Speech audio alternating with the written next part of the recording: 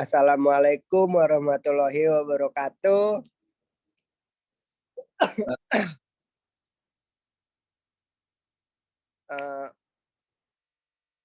Kita akan membahas tentang semua penyakit pasti ada obatnya. Langsung saja dimulai dari Indah Permatasari. Waktu dan tempat dipersilakan. Ya, baik. Terima kasih kepada moderator.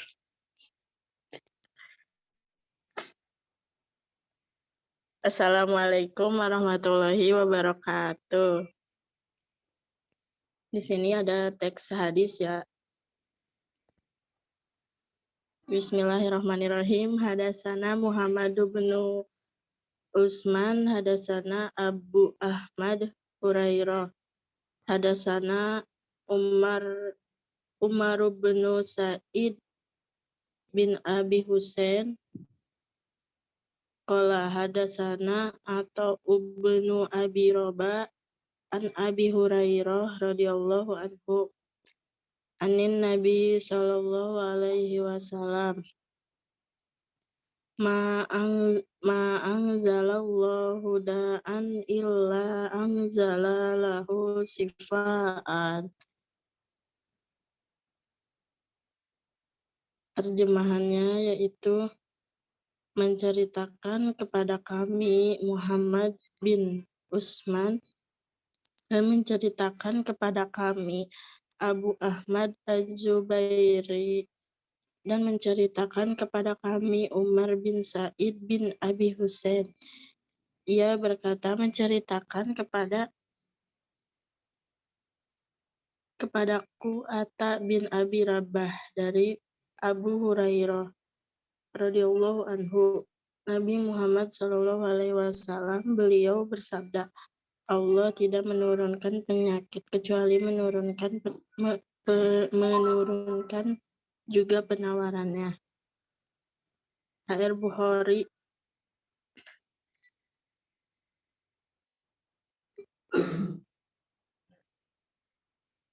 Hadis 5678. Ini lanjut lagi apa udah?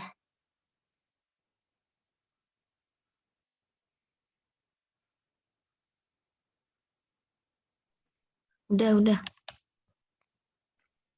Sekian yang bisa saya sampaikan. Mohon maaf bila ada kekurangan. Wassalamualaikum warahmatullahi wabarakatuh. Makasih Indah. Semoga kurangnya bisa dipenuhin ya. Langsung saja slide keempat. Materi selanjutnya akan dibawakan oleh Indriana Pitaloka. Sekian waktu dan tempat saya persilakan. Terima kasih moderator. Ya, Assalamualaikum warahmatullahi wabarakatuh. Selanjutnya ini tentang syarat dari hadis yang tadi. Jadi penjelasannya itu mengenai syarat tadi itu, hadis tadi, Ibnu Hajar Al-Asqalani menyebutkan beberapa riwayat yang semakna, diantaranya riwayat Ahmad dari Anas. Sungguhnya Allah dimanapun menciptakan penyakit, Dia pasti menciptakan juga obatnya. Maka berobatlah. Lalu di riwayat lain dari Usama bin Syuraik, berobatlah wahai hamba Allah. Sesungguhnya Allah tidak meletakkan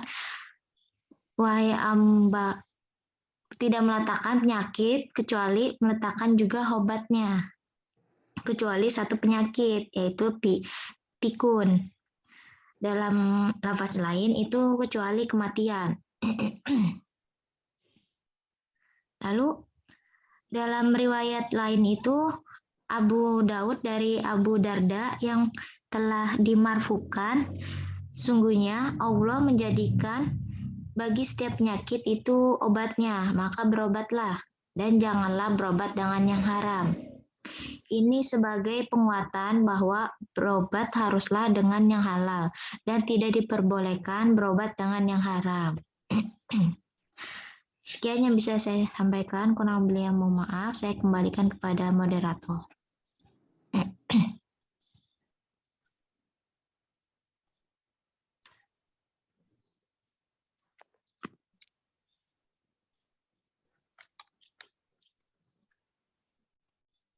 Terima kasih kepada Indriana Pitaloka yang sudah menyampaikan materinya. Lalu materi selanjutnya akan dibawakan oleh saya sendiri.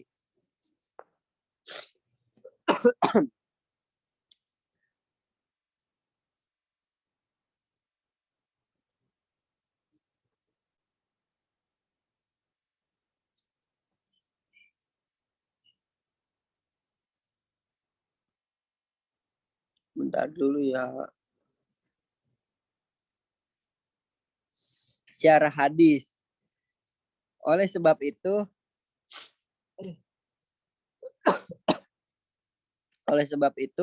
harus dipahami bahwa usaha berobat dari penyakit itu bukanlah sifat anti takdir.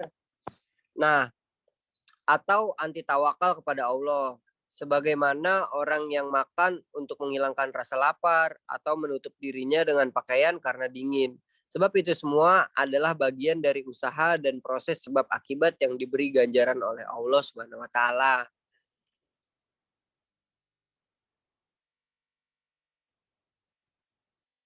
Lalu kesimpulannya tuh kayak terrealisasinya kesembuhan dengan obat ibarat menangkal rasa lapar dan dahaga dengan makan dan minum. Ini umumnya berhasil namun terkadang gagal dikarenakan suatu sebab. Nah, adapun pengecualian penyakit, kematian dalam hadis riwayat Usamah bin Syuraik di atas maksudnya adalah penyakit yang Allah takdirkan kematian bagi penderitanya dan pengecualian penyakit tua atau pikun di riwayat lain karena tua atau pikun sama dengan kematian. Persamaan kedua adalah berkurangnya sehat atau karena tua adalah masa yang dekat dengan kematian. Kurang lebihnya mohon maaf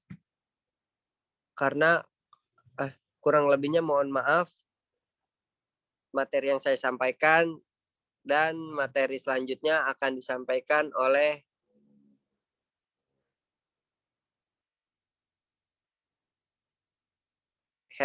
Indri. Sekian, terima kasih.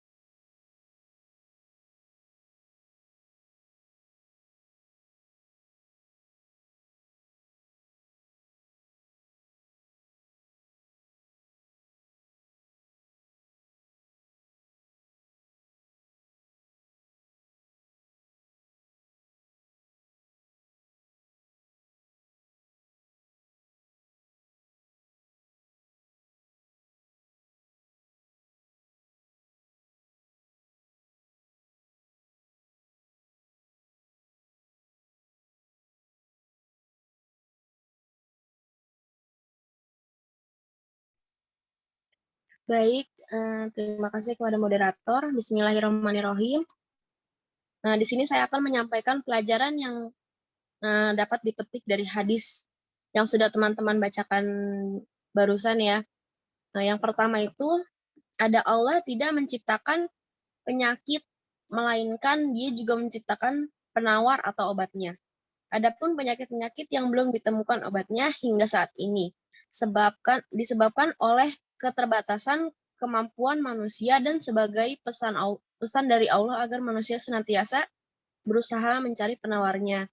Jadi agar manusia itu terus tetap mencari tahu gitu, agar manusia tetap belajar untuk kemaslahatan umat banyak gitu. Nah, menurut Ibnu Qayyim, ungkapan Nabi yang setiap setiap penyakit pasti ada obatnya, itu dapat memberikan dorongan kepada orang yang sakit dan juga dokter yang mengobatinya. Selain juga mengandung anjuran untuk mencari obat dan menyelidikinya, sebab kalau orang sakit sudah merasakan dirinya satu keyakinan bahwa ada obat yang akan dapat menghilangkan sakitnya, ia akan bergantung pada harapannya gitu. Rasa panas dari keputusan akan berhasil ia inginkan. Lalu yang kedua, berobat diwajibkan dengan obatan yang halal, kecuali dalam kondisi darurat. Harus sesuai kebutuhan dan tidak berlebihan. Jadi, memang pada dasarnya berobat itu seseorang yang sakit itu harus mengkonsumsi obat-obatan yang halal gitu, karena kan obat itu akan masuk dalam tubuh kita, menyatu dengan darah kita gitu. Kecuali dalam ajaran agama Islam juga mengecualikan, kecuali dalam kondisi darurat. Jadi tanda kutip dalam kondisi darurat boleh menggunakan obat-obatan yang tidak halal, tapi harus sesuai dengan kebutuhan dan tidak berlebihan. Lalu yang ketiga, jangan putus asa dari rahmat Allah jika tertimpa musibah berupa sakit. Terus percaya kepada Allah dan terus berusaha serta mintalah yang terbaik. Sekian yang bisa saya sampaikan, saya kembalikan kepada moderator.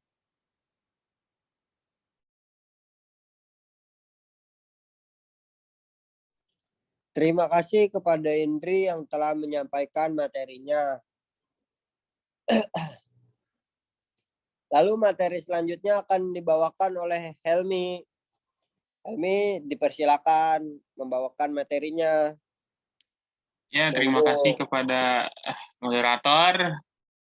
Selanjutnya ada Al-Quran sebagai syifa atau obat, yang dimana sudah tertera dalam Quran Surat Al-Isra ayat 82 yang bunyinya, A'udzubillahi minasyaitonirrajim, Bismillahirrahmanirrahim. Wa nunazzilu minal Qur'ani ma huwa syifaa'u wa rahmatul lil mu'minin wa la yuziduz zalimina illa khasyara. Yang artinya, dan kami turunkan dari Al-Qur'an yang menjadi penawar dan rahmat bagi orang-orang yang beriman. Dan Al-Qur'an itu tidaklah menambah kepada orang-orang yang zalim selain kerugian. Nah, di dalam ayat ini kita menemukan satu penegasan bahwa Al-Quran adalah sebagai syifa. Makna syifa di sini adalah kesembuhan. Di dalam Al-Quran kita akan menemukan 4 kata syifa. Yang pertama, syifa bermakna khasiat dan dari madu, sebagaimana yang dikatakan Allah dalam surat An-Nahl ayat 69.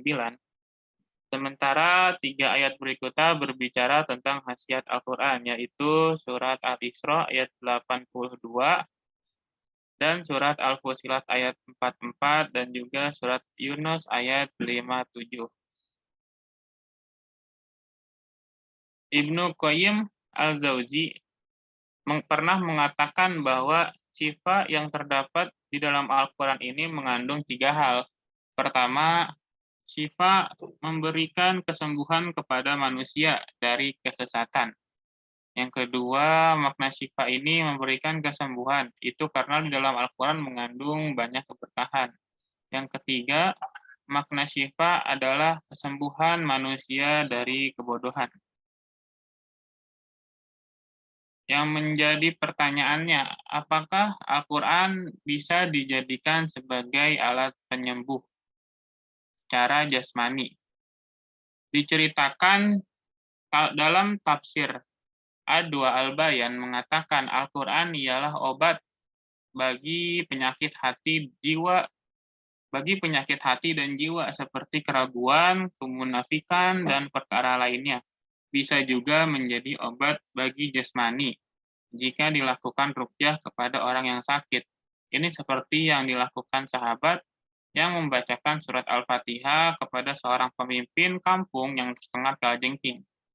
Abu Sa'id Al-Khudri menuturkan beberapa orang sahabat Rasulullah melakukan safar, lalu melewati suatu kampung Arab. Baduy. Kala itu mereka meminta untuk dijamu, tapi penduduk kampung itu enggan untuk menjamu. Tidak lama kemudian, pemimpin kampung itu tersengat kalajengking beracun, hingga badannya itu bisa dikatakan demam. Mereka kemudian menemui para sahabat tadi, lalu bertanya, apakah di antara kalian ada yang bisa membacakan sesuatu kepada pemimpin kami yang tersengat kalajengking beracun itu? Salah seorang sahabat menjawab, ya, ada. Ia pun mendatangi pemimpin kampung itu dan ia membacakan surat Al-Fatihah. Tidak lama kemudian, ia pun sembuh karena jasanya. Ia pun diberikan seekor kambing. Tapi sahabat itu enggan menerimanya. Jadi di sini kita tahu bahwa Al-Quran itu adalah obat dari segala penyakit, baik dari penyakit batin dan juga jasmani. Mungkin itu saja materi yang dapat saya sampaikan, kurang lebihnya mohon maaf. Saya kembalikan kepada moderator.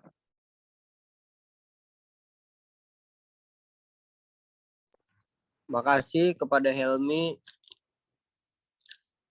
sudah menyampaikan materinya, dan buat yang mendengarkan maaf ya penjelasannya dia emang kurang jelas. Dan materi selanjutnya saya sampaikan kepada Faras. Langsung saja, Faras. Halo. Ya. Terima kasih kepada moderator. Selanjutnya, materi selanjutnya mengenai prinsip-prinsip pengobatan di dalam Al-Quran. Next slide, Kak Helmi. Nah, tadi sudah dijelaskan oleh rekan-rekan saya ya mengenai hadis setiap penyakit pasti ada obatnya, kemudian Al-Quran itu merupakan penyembuh atau syifa gitu, baik di penyakit hati maupun penyakit jasmani ya. Maka di sini saya akan menjelaskan mengenai prinsip-prinsip pengobatan di dalam Al-Quran, bahwa kita sebagai seorang umat muslim gitu ya, dalam menjalankan segala sesuatunya harus berdasarkan pada Al-Quran dan As-Sunnah, berdasarkan pada hukum syara. Nah, di dalam Islam itu diatur bagaimana pengobatan yang benar gitu, bagaimana pengobatan yang sesuai dengan syariat. Dan pengobatan itu haruslah berdasarkan pada prinsip-prinsip yang telah ditetapkan oleh Al-Quran itu sendiri. Nah, di antara prinsip-prinsip itu ya, di sini ada 3 aspek. Yang pertama, tidak berobat dengan zat yang diharamkan. Itu sudah pasti gitu ya. Islam sebagai agama yang kamil gitu, wasyamil gitu. Maka dia akan memiliki memberikan kemaslahatan kepada setiap umatnya gitu ya, dari setiap peraturan-peraturan yang diberikan atau kebijakan-kebijakan yang Allah berikan kepada kita gitu, termasuk di dalamnya pengobatan gitu. Di dalam Islam ada yang namanya halal haram gitu.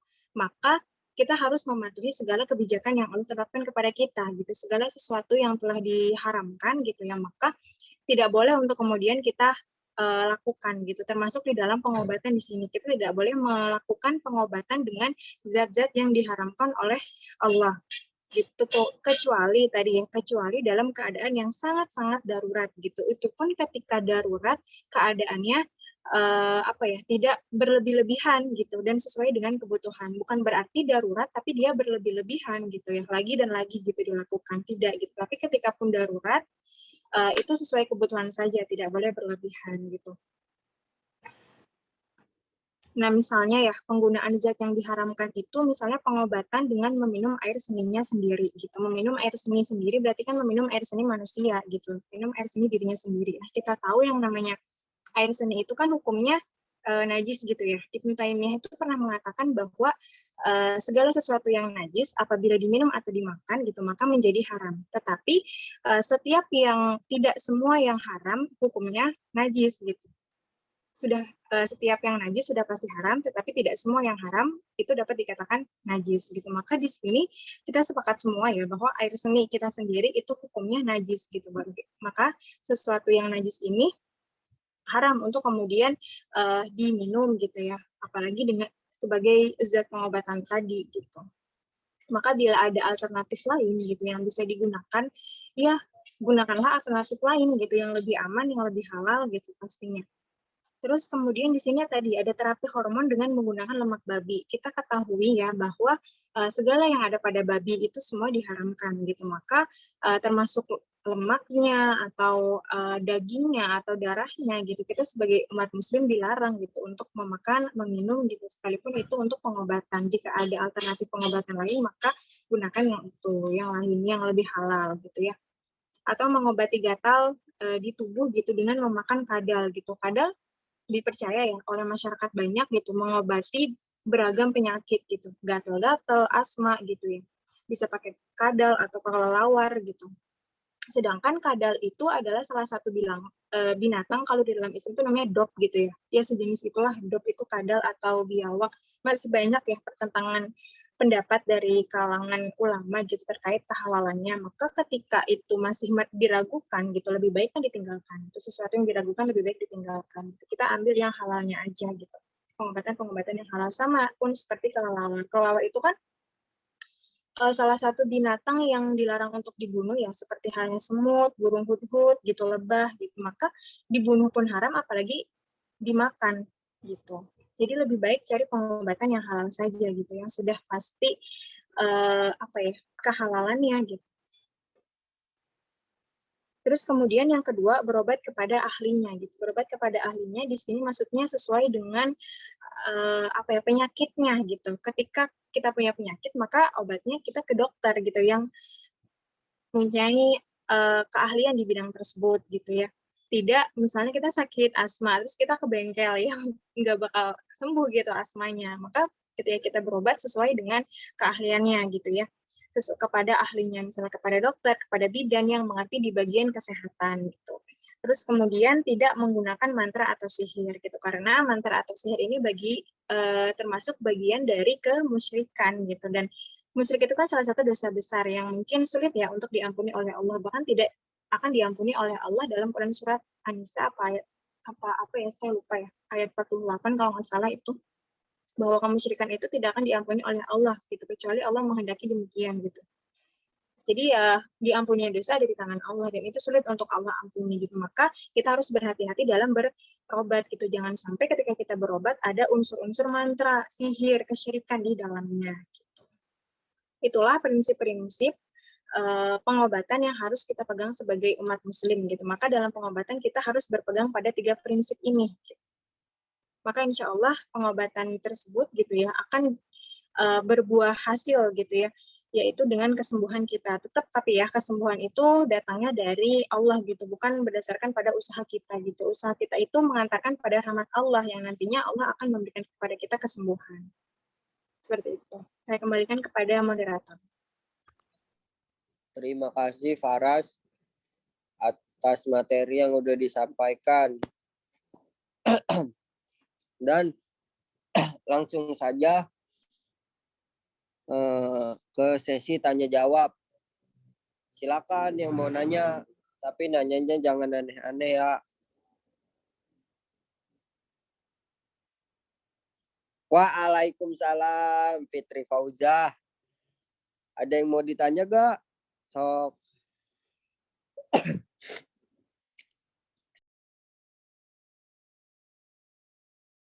Pertanyaannya Fitri saya langsung jawab aja ya. Kalau dipikir secara logika, penyakit HIV dan AIDS itu penyebabnya dari mana sih? Dari berhubungan seksual. Contohnya kurang lebih tuh kayak dari si cowoknya itu berhubungan seksual dengan beberapa wanita. Paham nggak maksudnya? Dan di beberapa wanita ini kan sedangkan di berhubungan seksual di luar nikah kan itu nggak diperbolehkan dalam agama. Nah, kurang lebihnya penyakit HIV dan AIDS ini tuh kayak ya lebih ke ganjaran atau apa sih bahasa ininya, bukan musibah sih, kayak ganjaran lah kepada orang yang udah menentang Allah. Paham gak maksudnya? Kayak gitu. Itu kenapa penyakit HIV dan AIDS itu Allah tidak memberikan obatnya karena penyebabnya dari situ.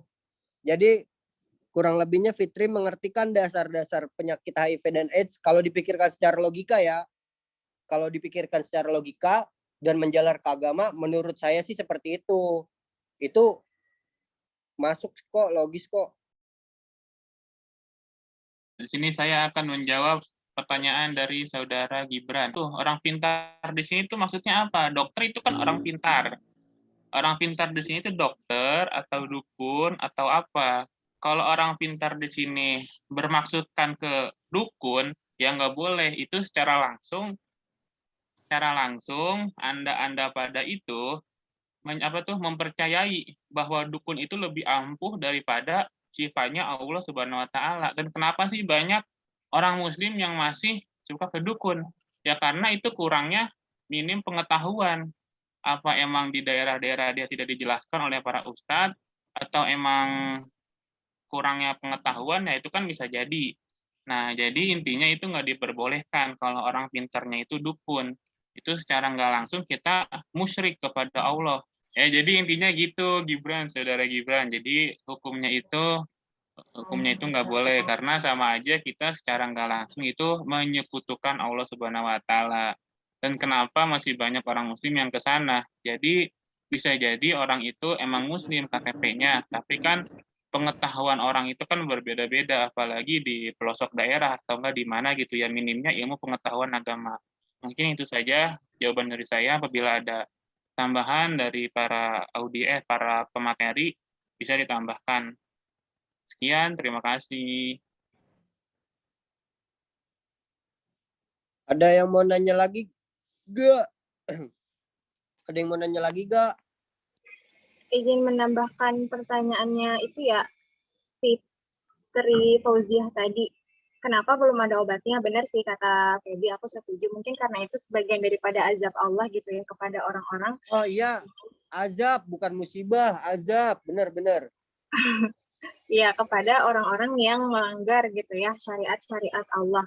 Nah, tetapi perlu diketahui kenapa setiap penyakit itu pasti ada obatnya, tetapi belum ditemukan sampai sekarang obatnya, yaitu tadi ya, mungkin karena keterbatasan daripada akal manusia. Kan kita tahu ya, manusia itu sifatnya terbatas, sifatnya lemah, sifatnya serba kurang gitu ya.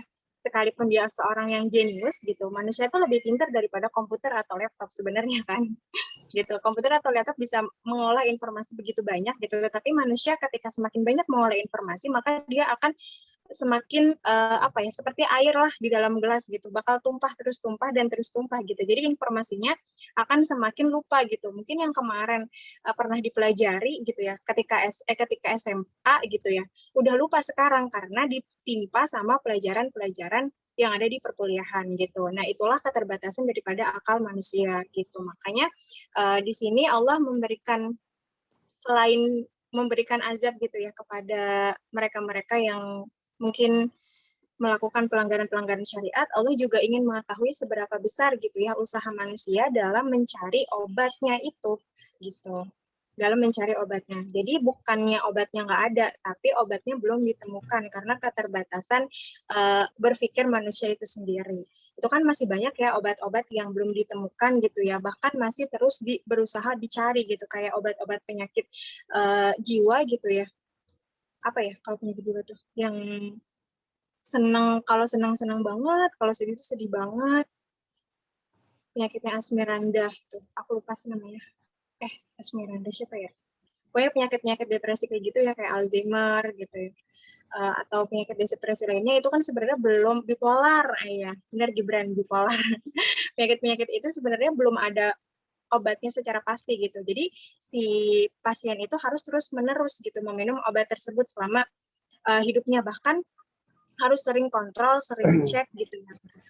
Nah, itu berarti kan menandakan keterbatasan akal manusia gitu. Bahkan virus murah bet nih, Bre.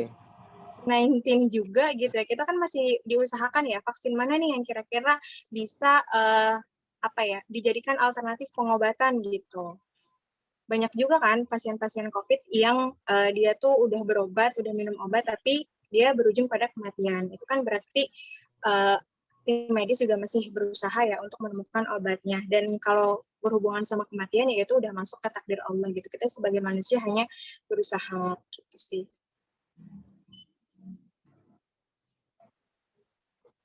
kecuali tadi ya penyakit-penyakit yang tua gitu, penyakit-penyakit pikun itu tidak ada obatnya.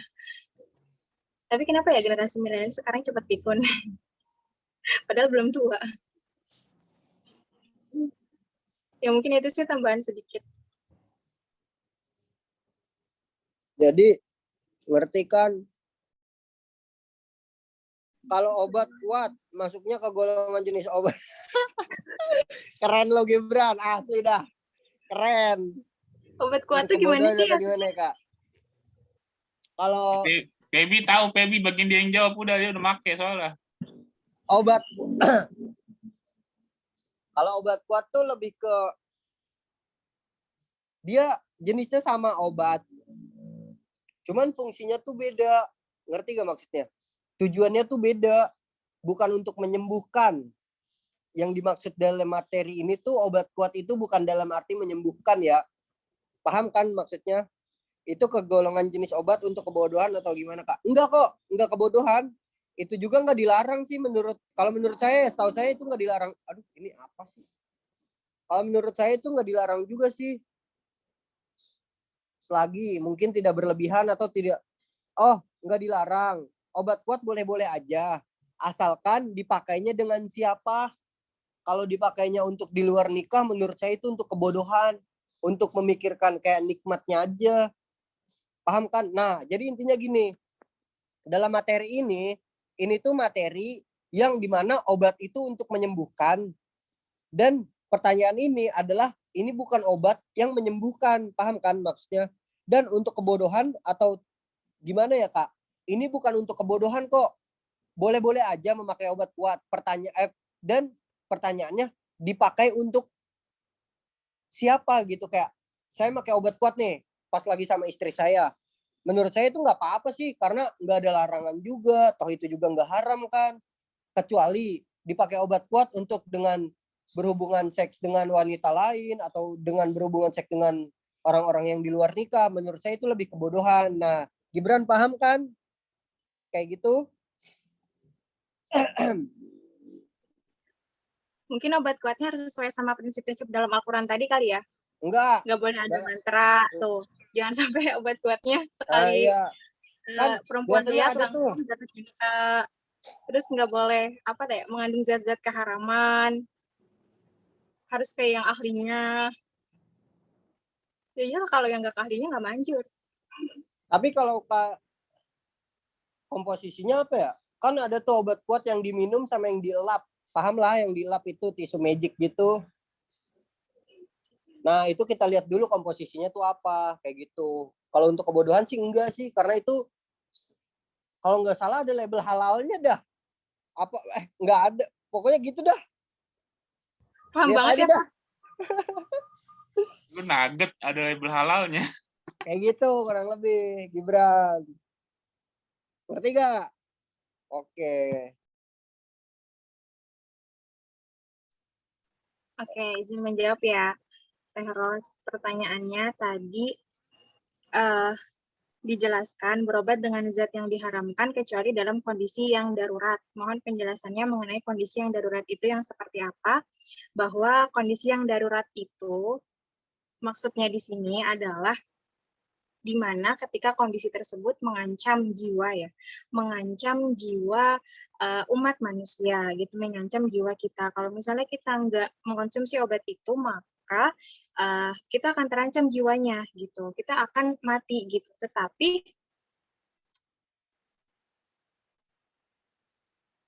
Tetapi sebenarnya gitu ya, kalau yang saya pahami gitu ya, hukum berobat itu adalah dianjurkan kan oleh Rasulullah, tetapi kalau yang saya pahami gitu ya, tapi nanti mohon dikoreksi sama teman-teman gitu, hukumnya itu nggak wajib gitu. Kenapa?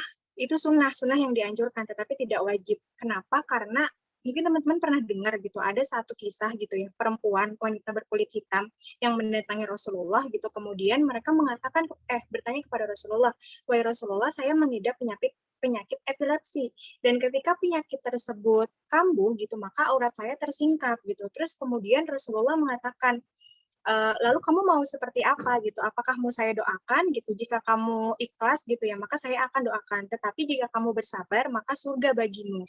Nah, terus kemudian perempuan tersebut mengatakan bahwa, ya Rasulullah, saya hanya ingin tolong doakan gitu ya saya, agar ketika penyakit itu penyakit itu kambuh, aurat saya tidak tersingkap. Berarti si wanita tersebut tidak berdoa memohon kesembuhan gitu. Sebenarnya dia bisa aja minta ke Rasulullah, ya Rasulullah tolong memohonkan kesembuhan untukku gitu ya, kepada Allah gitu. Bisa aja dan itu bisa sembuh. Tapi si wanita tersebut tidak demikian gitu, karena wanita tersebut mengharapkan surga. Karena tadi kan Rasulullah mengatakan ya, jika kamu ingin maka aku akan berdoa kepada Allah untuk kesembuhanmu. Tetapi jika tidak, jika kamu bersabar gitu ya, maka surga bagimu. Berarti kan di sini sebenarnya boleh juga gitu, tidak berobat gitu, boleh juga tidak berobat. Maka hukumnya berobat juga di sini kalau menurut yang saya pahami gitu, sunnah yang dianjurkan gitu, bukan sesuatu yang wajib gitu. Maka ketika kita bisa bersabar atas penyakit yang kita derita gitu, apalagi ketika itu berhubungan sama zat haram gitu. Misalnya, aduh kita mau penyakit kita tuh udah benar-benar kronis gitu ya. Kalau kita nggak minum obat zat haram itu, maka kita akan mati gitu. Tetapi sebenarnya ketika pun kematian itu kan ada di tangan Allah ya, sudah takdir Allah. Ketika pun dia mati hari itu, meskipun dia mengonsumsi zat haram, maka dia bisa mati gitu. Ketika pun dia nggak mati hari itu gitu ya, maka dia nggak akan mati jika dia nggak mengonsumsi zat haram juga gitu. Maka sebenarnya kalau saran saya pribadi gitu ya, lebih baik kita mengharapkan surga gitu dari kesabaran kita tidak mengkonsumsi zat atau berobat obat-obatan yang diharamkan oleh Allah gitu. Tapi kalau misalnya pun mau mengkonsumsi itu untuk keselamatan jiwa kita ya nggak apa-apa gitu. Sebenarnya ini ada perbedaan pendapat para ulama seperti itu. Cuman daruratnya di sini maksudnya adalah lebih ke mengancam jiwa kita banget gitu. Misalnya kita ada di hutan gitu, yang dimana di situ nggak ada penghuninya sama sekali gitu. Kita benar-benar di situ sendirian gitu ya. Untuk bertahan hidup kita bingung, makanya kita misal mengkonsumsi bukan obat deh gitu ya. Kita makan di sana ada apa sih biasanya yang nggak boleh dimakan tuh?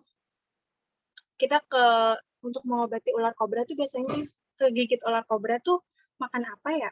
Pokoknya ada yang tahu nggak? Aku lupa deh. Ya misalnya kita digigit ular kobra gitu di hutan. Nah, itu kan mengancam kematian kita kan. Nah, salah satu obatnya itu cuma dengan makan kadal atau makan kelelawar misalnya gitu. Terus kemudian kita makan itu gitu. Ya sebenarnya nggak apa-apa niatnya untuk menyelamatkan jiwa gitu. Karena di dalam Islam juga kan ada maqasid syariah ya, maksudnya kita tuh dianjurkan untuk menjaga gitu ya, menjaga jiwa kita di samping menjaga hati, di samping menjaga hati, menjaga akal gitu ya, menjaga harta, kita juga diperintahkan menjaga jiwa, menjaga diri dan jasad kita gitu. Maka pengobatan terhadap zat-zat yang haram itu juga diperbolehkan gitu, karena dalam rangka tadi menjaga jiwa kita. Tetapi kalaupun kita nggak berobat juga dengan zat yang haram, insya Allah bagi kita surga gitu. Itu sih, mungkin dari teman-teman ada yang mau ditambahin. Paham nggak Teh? Kalau misalnya banyak kekurangan, mohon maaf karena masih belajar. Cara menyadarkannya, emang kadang orang itu berbeda-beda sifat ya, terus juga sikap. Kita itu sebagai seorang muslim, kita hanya bisa menyampaikan apa yang harus disampaikan. Ketika kita melihat ada seseorang yang berobat ke orang pintar atau dukun, itu seenggaknya kita menyampaikan bahwa perbuatan itu salah, tapi orang itu menolak. Ini bagian dari budaya kita atau tradisi kita. Nah, kita menanggapinya ya dengan cara seenggaknya kita tuh udah menyampaikan apa yang harus kita sampaikan. Nah, dalam hadis riwayat Bukhari pun nomor 2400 itu dan juga Muslim nomor 1564 itu menahan hak orang lain itu atau penunaian kewajiban itu bagi yang mampu termasuk kejahatan. Jadi menahan hak orang lain itu, menahan hak orang lain kan orang ini menganggap itu budaya dan tradisi. Berarti itu hak mereka dong. Kalau itu menganggap mereka itu berarti itu hak mereka. Kalau mereka menganggapnya budaya dan tradisi, itu berarti hak mereka. Kita sebagai umat muslim hanya bisa menyampaikan bahwa kegiatan tersebut itu salah. Jadi kita nggak boleh kayak paling bener lah gitu, kayak udah nggak usah berbuat ke situ, nggak bener, dosa lu, masuk neraka lu. Nah, kita nggak boleh begitu. Tugas kita tuh hanya menyampaikan bahwa perbuatan itu salah. Nah, di sini pun dalam hadis riwayat Bukhari nomor 2400 dan Muslim nomor 1564, itu tuh menahan hak kewajiban orang lain itu termasuk kejahatan. Jadi kalau kita emang bersikeras kekeh untuk menahan hak mereka atau budaya mereka, itu termasuk kejahatan kepada diri kita sendiri gitu. Jadi intinya kita tuh tugasnya itu hanya menyadarkan kepada mereka bahwa kegiatan itu salah. Tapi kalau emang mereka tidak menerima, seenggaknya kita telah menyampaikan apa yang harus kita sampaikan kepada mereka agar mereka itu tidak tersesat. Dan itu tuh udah termasuk kewajiban kita sebagai seorang muslim. Ketika kita sudah mempunyai ilmunya, maka itu maka apa sih istilahnya ya? Ketika kita sudah mempunyai ilmunya, maka berikanlah ilmu yang kita punya kepada orang lain. Nah, itu tugas kewajiban seorang muslim. Nah, kita kan sudah menyampaikan, jadi diterima atau enggaknya itu terserah mereka gitu. Kalau mereka itu menganggapnya budaya dan tradisi, ya kita kan nggak bisa mengganggu budaya dan tradisi orang lain juga. Yang ada kita malah diamuk massa dan dicap sok bener gitu. Jadi intinya gitu dah. Paham nggak sih? Apa yang gue omongin kayak cepet banget ya. Jadi intinya begitu. Helmi. Jadi intinya begitulah. Kita tuh menyadarkannya tuh dengan cara ya menyampaikannya aja gitu, menyampaikan bahwa kegiatan tersebut salah. Tapi kalau emang beralasan budaya dan tradisi, ya kita nggak boleh menahan hak orang lain, karena menahan hak orang lain itu termasuk kejahatan juga. Gitu intinya mah.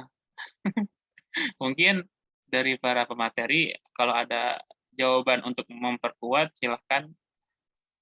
Izin menambahkan ya, benar yang dikatakan Helmi, mungkin karena adanya tradisi dan budaya gitu ya, jadi masyarakat itu terbiasa dengan pengobatan seperti itu. Nah, tetapi juga kita dapat merubah tradisi dan budaya tersebut, misalkan contohnya dengan apa? Dengan mengadakan kajian gitu, kajian tentang pengobatan, kajian tentang penyakit, kayak sebuah penyuluhan gitu terhadap masyarakat gitu. Tetapi kajian tersebut berisi tentang ajaran-ajaran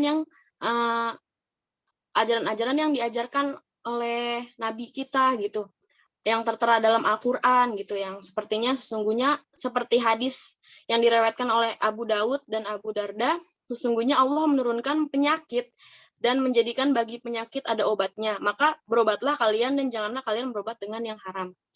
Nah, karena tradisi atau budaya tersebut itu kan ada karena terbiasa, karena karena dijalankan terbiasa, karena terus-terusan dijalankan kan gitu. Nah, kita bisa merubah tradisi dan budaya tersebut itu dengan kita terbiasakan gitu, masyarakat tersebut itu kita doktrin dengan ilmu-ilmu yang tidak seharusnya mereka yang tidak seharusnya mereka jalankan gitu. Nah, jadi kita bisa merubahnya, kita bisa merubah pola pikir mereka dengan berobat dengan pengobatan yang sebagaimana mestinya gitu, sebagaimana Rasul telah mengajarkannya gitu, dengan cara mengadakan kajian atau sebagainya tentang penyakit atau pengobatan, pokoknya yang berhubungan dengan kesehatan gitu. Mungkin itu yang bisa saya sampaikan, kurang lebihnya mohon maaf.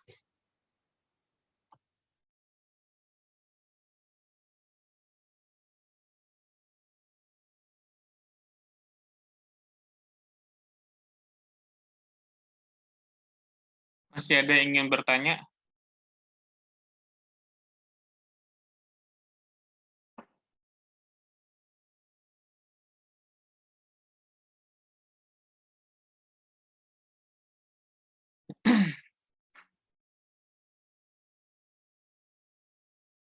Ya, kalau sudah tidak ada yang ingin bertanya, mari kita tutup saja materi pertama ini dengan pembacaan hamdalah.